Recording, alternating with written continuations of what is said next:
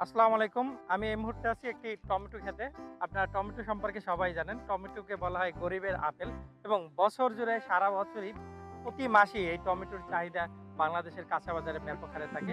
আমরা এখন কথা বলবো এই একজন টমেটো চাষীর সাথে, যার কাছে কথা বলে তার এই টমেটো চাষের কিভাবে বাম্পার ফলন তিনি এ পর্যন্ত আনলেন, এর সম্পর্কে বিস্তারিত তথ্য জানার চেষ্টা করব। তো বেল্লাল, কেমন আছো? জি, আলহামদুলিল্লাহ। আপনি কেমন আছেন? এই তো আছি ভালোই। তোমার টমেটোর ক্ষেতের প্রত্যেকটা গাছই তো দেখলাম খুব ভালো টমেটো ধরছে। আ জি, তো তোমার জন্য শুভকামনা। আমি জানতে চাচ্ছিলাম এই টমেটো চাষের এই শুরু থেকে ১ম এই চারা কিভাবে সংগ্রহ করলে? আসলে এটা কোনো মানে বিশেষ কোনো চারা না। এটা বাজার থেকে আমরা এমনি কিনে আনছিলাম চারা। ঠিক আছে? কিন্তু আল্লাহর রহমতে চারার জাতটা খুব ভালো পড়ছে। এটা কোনো চিহ্নিত করা কোনো জাত নয়। বাজার থেকেই সচরাচর কিনতে পাওয়া যায়। কিন্তু ওইরকম একটা চারা কিনে আনছিলাম। চারার জাতটা ভালো। হ্যাঁ, আল্লাহর মনে রহমতে হয় তো চারার জাতটা এগুলো খুব ভালো মূলত হচ্ছে পড়ছে। এলাচি টমেটো, তাই না? জি, জি। তো ১ম রোপণ করার পরে মানে রোপণ করার পরে না হয় আগে জানতে চাই রোপণ করার আগে আরকি। রোপণ করার আগে কি করছিল জায়গাটা? আসলে এটা ১ম এ আমরা কুমড়া গাছ লাগানোর জন্য জায়গাটা সিরিয়াস করছিলাম। তার জন্য ১ম এ মাদা বানাইছিলাম। মাদা বানাইয়া জৈব সার দিছিলাম পর্যাপ্ত পরিমাণে। হুম। জৈব সার দিয়া অনেকদিন রাখার পরে তারপরে এখানে টমেটো গাছ লাগানো হইছে। সাথে কুমার গাছও আছে সাইডে। কিন্তু টমেটো গাছটা আমরা দেখেছি কুমার গাছের তুলনায় টমেটো গাছটার ফলন খুব ভালো পাইতেছি মানে আমরা। ১ম এ মাটিটা তৈরি করছিলা কিভাবে? মাটি তৈরি করছি ১ম এ মাটি আপনার সুন্দর মতো কোপাইয়ে মাচা তৈরি করছিলাম। করে আপনার ১ সপ্তাহ মতো রাইখা দিয়েছিলাম জৈব সার দিয়ে, সাথে ফসফেট ছিল, আর কি ছিল? তারপর তারপর টিএপি ছিল, ইউরিয়া ছিল। দিয়ে আপনার এগুলো ১ দিয়ে সপ্তাহ রাইখা মতো দিছেন। রাইখা দিছিলাম। থাক, টমেটো তুলতে থাক। রাইখে দেওয়ার পরে রাইখা দেওয়ার পরে আপনার ১ সপ্তাহ পরে তারপর গাছ রোপণ করছি। আপনার গাছ রোপণ দর্শক করার পর তো বন্ধুরা একটু একবার আলহামদুলিল্লাহ দেখেন গাছ কিভাবে টমেটো ধরছে। বেলাল একটু জাগাও। এই যে মানে দেখেন টমেটোর ফলন কাকে বলে। এগুলো বড় হলে একটা গাছে কত কেজি টমেটো হবে একটু ধারণা করেন। আর এই প্রত্যেকটা মাদায় দেখতে পাচ্ছেন শুধুমাত্র একটা গাছ।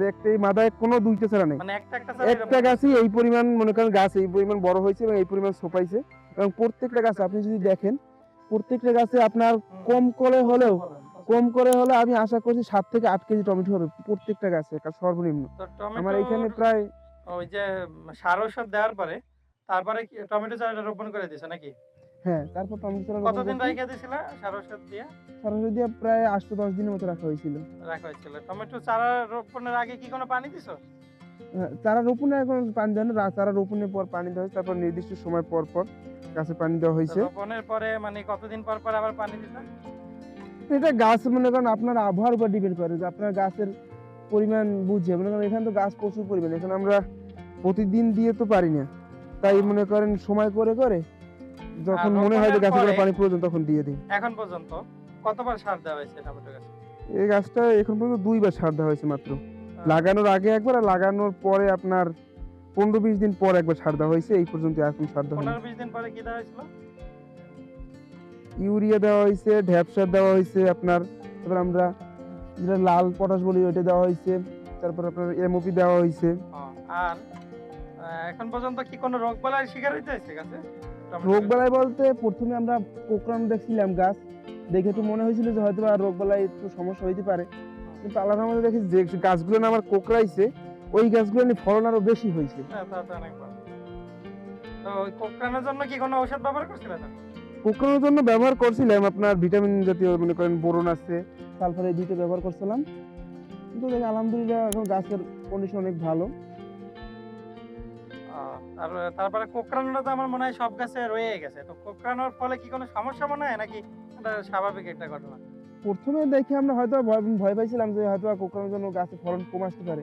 কিন্তু দেখি না আল্লাহর রহমতে কোঁকড়ানো গাছ আর উল্টা আরো অন্য যেগুলো কোঁকড়ায় না তার থেকে ফলন ভালো হইছে। যাক, তাহলে তো কোঁকড়ানো কোঁকড়ানোই দেখে ভালো। ভয় পাওয়ার কিছু নাই। কোঁকড়ানো দেখলে আমরা মনে করি যে গাছে হয়তোবা কোনো সমস্যা আছে, হয়তো হইতে পারে। কিন্তু টমেটো গাছে আমি দেখলাম যে এটা আমার জন্য ক্ষতিকর হয় নাই। আলহামদুলিল্লাহ ভালোই হইছে। তারপরে এই যে ফুল আসা শুরু করছে কবে থেকে? ফুল আসা শুরু করছে আপনার গাছ হবার গোনা তো নাই মনে করেন। আনুমানিক আনুমানিক আপনার এটা একটু সময় লাগবে আমার এই গাছটায়। ১ম দিকে একটু গাছের যত্ন নিতে পারিনি অতটা বেশি। তারপর পরীক্ষা ছিল আমার যার জন্য মনে করেন সময় দিতে পারি নাই। কারণ পানির সমস্যার কারণে গাছটা আমার ফলটা একটু দেরিতে আসছে। তা প্রায় ১-১.৫ মাসের সময় লাগছে। ফুল না, আসছে। হ্যাঁ ফুল আসতে ফুল আসার পরে কি পরে- তেমন কিছু করতে হয়েছে স্পেশাল? না ফুল আসার পরে স্পেশাল কিছুই করতে হয় না আমার। বা তারপর ফল থেকে আসার নিয়মিত পরেও কি কিছু? না এরপর ফুল আসার পর শুধু গাছে পানি দিছি এই পর্যন্তই। যাক। তো এখন বাজারে দাম কেমন পাওয়া যাচ্ছে? বাজার বলতে গেলে এখন তো শীত প্রায় শেষের দিকে, বাজারে এখন মনে করেন এটার দাম অনেকটা এখন কম। যার ফলে মনে করেন আমি যদি আগাম লাগাইতে পারলে হয়তো আর একটু বেশি লাভবান হইতে পারতাম। কিন্তু এখন চাহিদার তুলনায় এখন দাম অনেকটা কমে গেছে। যার কারণে আমি অতটা বেশি হয়তোবা লাভবান হতে পারতাম। তবে আমার যে পরিমাণ ফলন হয়েছে, তো আমার যে পরিমাণ খরচ হইবে তার তুলনায় আমি আশাবাদী ভালো লাভবান হব। এবার তো মনে হইতেছে টমেটোর বাজার রেটটাও একটু বেশি অন্যান্য বারের তুলনায়। হ্যাঁ, হ্যাঁ। এখন দেখতেছি প্রায় ৪০ টাকা থেকে ৫০ টাকা করে ফলন নাকি? মানে জি, জি। কেজি? পার কেজি এখন পার কিন্তু কেজি খুচরা? হ্যাঁ, এখানে খুচরা পাইকারি চলছে। বিক্রি করলে তো সর্বনিম্ন ২০-৩০ টাকা তো পাওয়া সম্ভব। হ্যাঁ, 25-30 টাকা সর্বনিম্ন পাওয়া যায় আর পাইকারিতে। প্রতিটা আ দর্শক শ্রোতা একটু ভালো করে হিসাবটা খেয়াল করুন। প্রতিটা গাছে যদি এভারেজ ৫ কেজিও হয় সর্বনিম্ন, আর প্রতি কেজি যদি ৩০ টাকা হয়, তাহলে কত টাকা আসে একটু হিসাব করুন। আপনার এখানে গাছ আছে প্রায় আর এখানে গাছ আছে কত? ১৫০ মতো গাছ আছে। আর প্রত্যেকটা গাছে যদি সর্বনিম্ন ১৫০ টাকার টমেটো হয়, আর তাহলে ১৫০ গাছ আছে, তাহলে কত টাকা আসতে পারে একটু হিসাব করুন। আর এখানে টমেটো গাছে চাষে কিন্তু খুব বেশি একটা খরচ নেই।